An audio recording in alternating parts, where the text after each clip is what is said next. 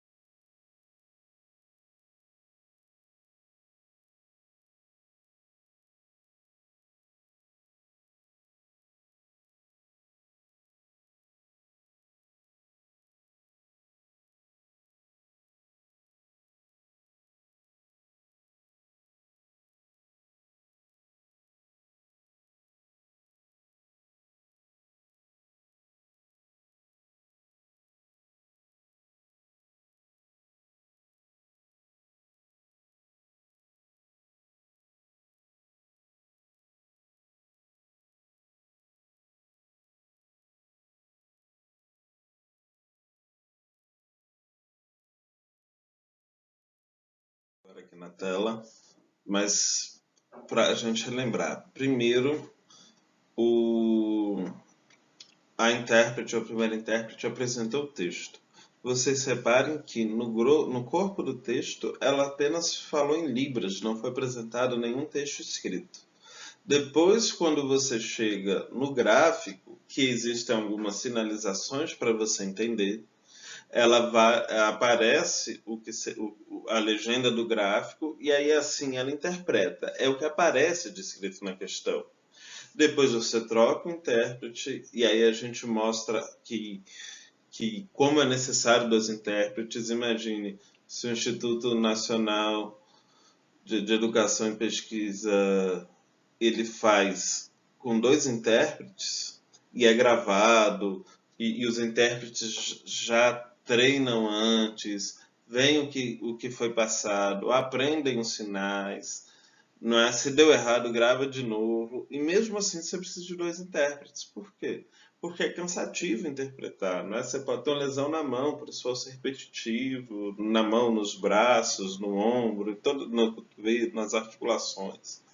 Não é? Então você tem ali, o primeiro texto, ele não apresenta texto. Né? O primeiro texto ele é todo traduzido para a língua brasileira de sinais, que é a língua natural, que é a vernácula dos nossos estudantes. Depois você vai ter o segundo intérprete.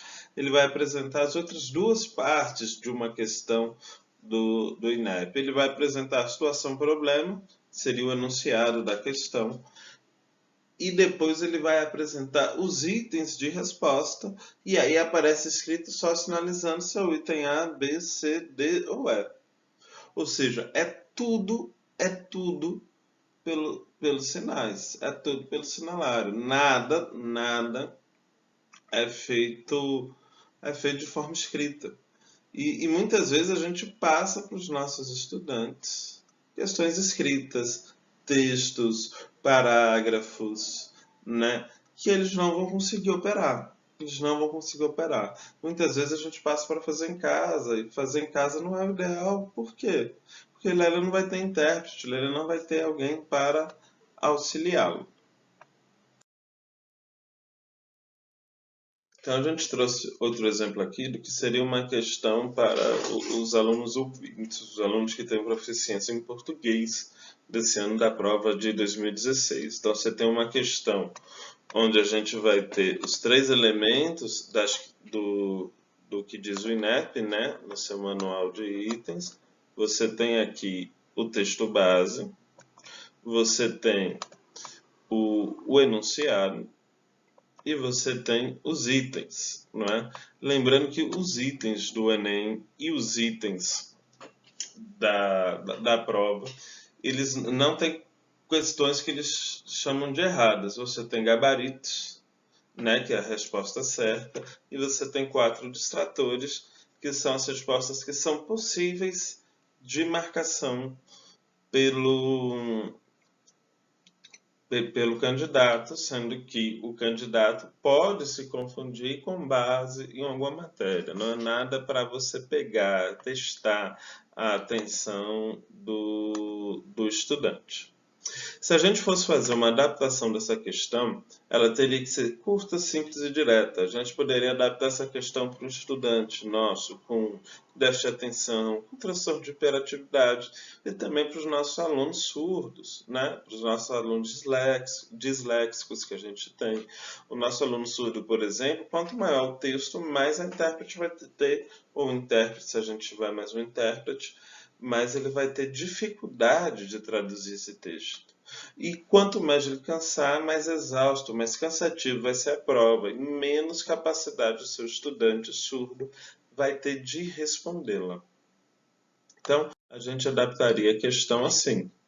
O nosso texto, a gente encurtou ele de maneira considerável, o nosso texto base, apenas uma referência, que é para não confundir, jogar centenas de informações que confundem, um enunciado bem curtinho e os itens também. A gente só está avaliando realmente o que é essencial. Assim é mais fácil para a intérprete fazer a tradução, é mais fácil para o aluno compreender, o aluno que já tem algum conhecimento de vocabulário, de português escrito, ele pode entender, pode ajudá-lo, mas ainda assim a gente precisa do auxílio da intérprete, né? Então, uma atividade avaliativa para fazer em casa, ele não vai ter esse auxílio da intérprete. Então, vale a pena a gente passar isso?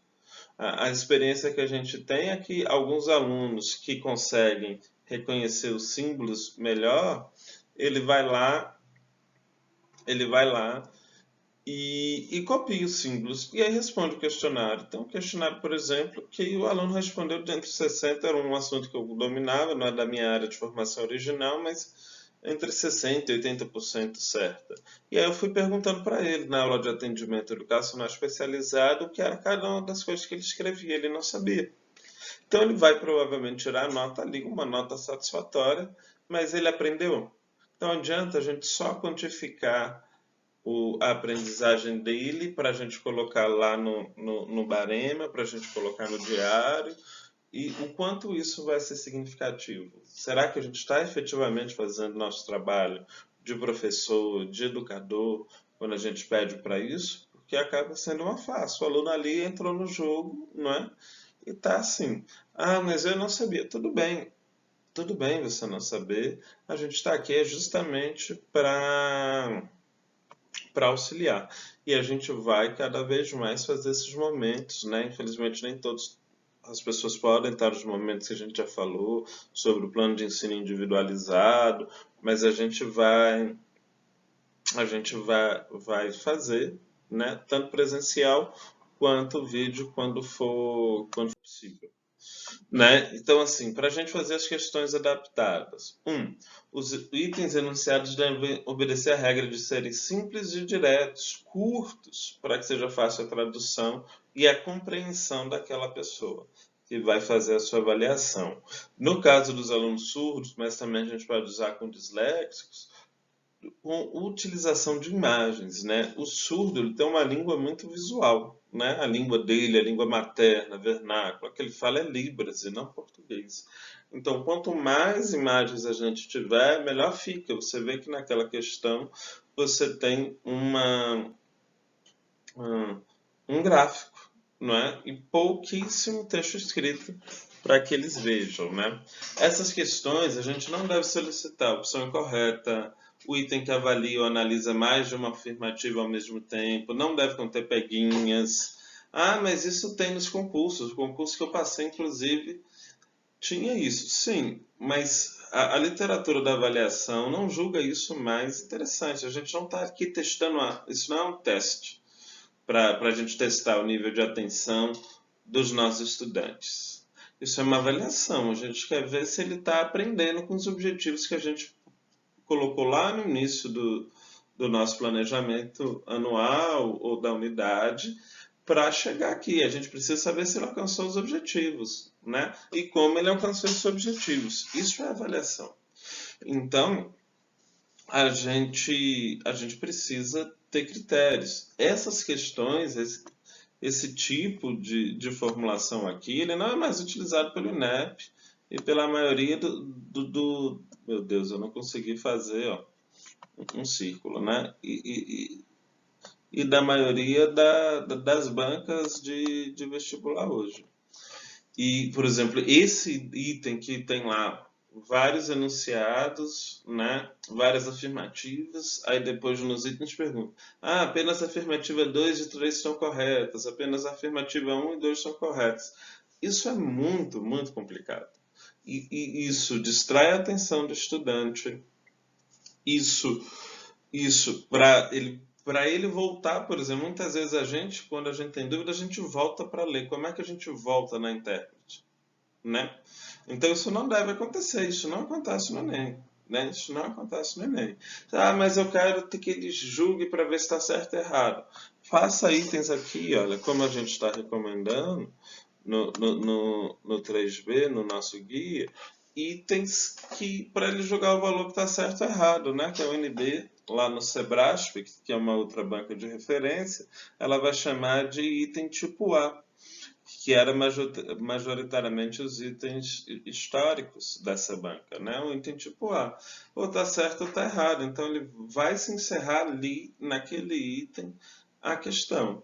Então eu não preciso fazer análises encadeadas para testar a minha lógica para responder. Eu sei ou não sei a questão, ela vai estar certa ou ela vai estar errada. E também os itens nesse padrão do Enem. Por quê? Porque esse item no padrão do Enem ele facilita bastante, né? Não tem peguinha, não tem opção incorreta, né? Imagine, você vai traduzindo. É para você não marcar a correta, mas você pode. A tradução de Libras, ela não obedece à lógica do português, né? É uma língua diferente, é uma língua visual. Então, a gente acaba tendo essa dificuldade para passar para o aluno, né? Isso não é nem para o aluno ouvinte, isso acontece. A gente vai passar para o aluno que não tem proficiência no português escrito, a gente não pode fazer isso. Então aqui foi um guia rápido, baseado nas dificuldades que nós estamos tendo, né? Porque eu também sou professor de Marx e George, eu também aprendo muito, eu também corrijo minhas falhas, e a gente está aqui para isso. E o que vocês tiverem dificuldade, me procurem os intérpretes que a gente pode auxiliar todo esse processo, tá bom? Muito obrigado. Tchau, tchau.